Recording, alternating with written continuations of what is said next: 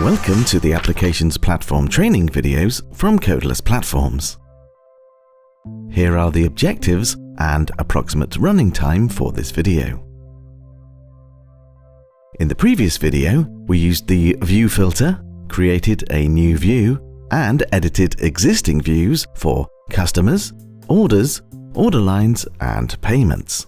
We will continue our training by editing the new inventory account and catalog item page designs.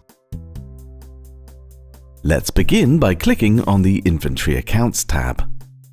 OK, now click the New Inventory Account button and, within the Page Options menu, select Design this page. Let's select the catalog item field and drag and drop it from the bottom of the page to the top of this section.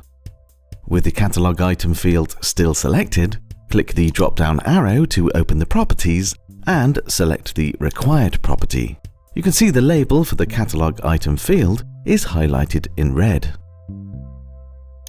Then click the Save and Synchronize button. In the Synchronize New Inventory Account page, select the Edit Inventory Account option.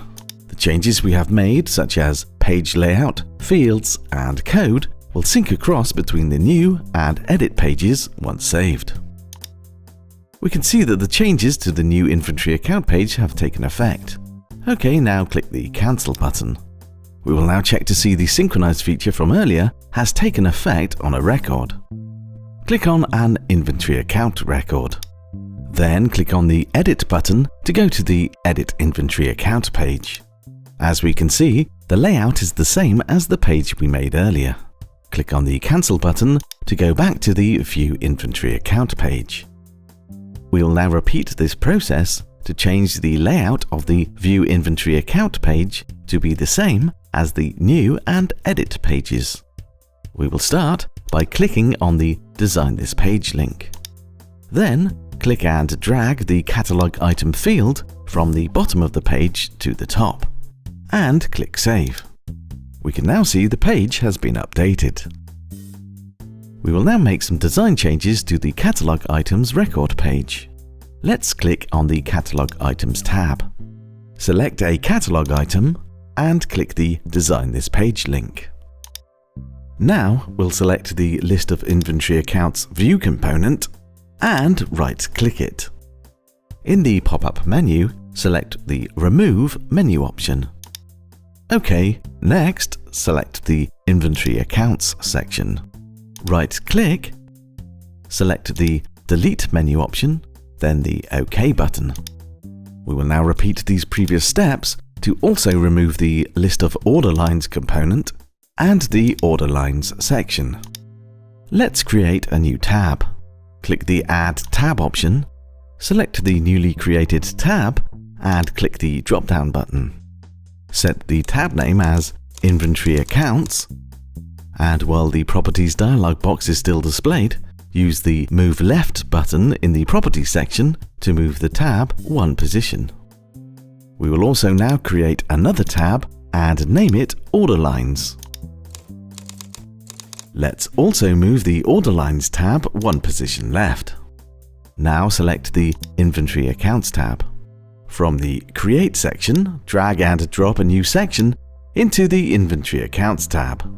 Then, using the Properties dialog box, change the name of the section to Inventory Accounts. In the Available Components, select View Related Records Inventory Accounts. Then, drag and drop this into the Inventory Accounts section. With the component highlighted, in the Properties, change the Use List View Value to Inventory Account by Catalog Item. Next, select the Order Lines tab and drag and drop a new section into this area. Then, in the Properties, change the name to Order Lines.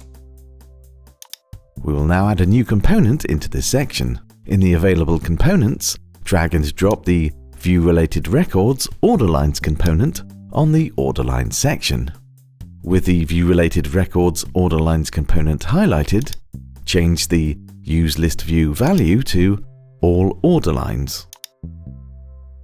Finally, click the Save button. Let's see the changes we have made to the View Catalog Item page and view the new tabs we have just created. And that's it for this video. We have edited the Inventory Accounts, Catalog Item and Order Line pages using the Design This Page functionality. We have also inserted View-related records components into these pages. This ends exercise 3. In the next video, we will be adding additional date and formula fields and creating field validations. Thanks for watching.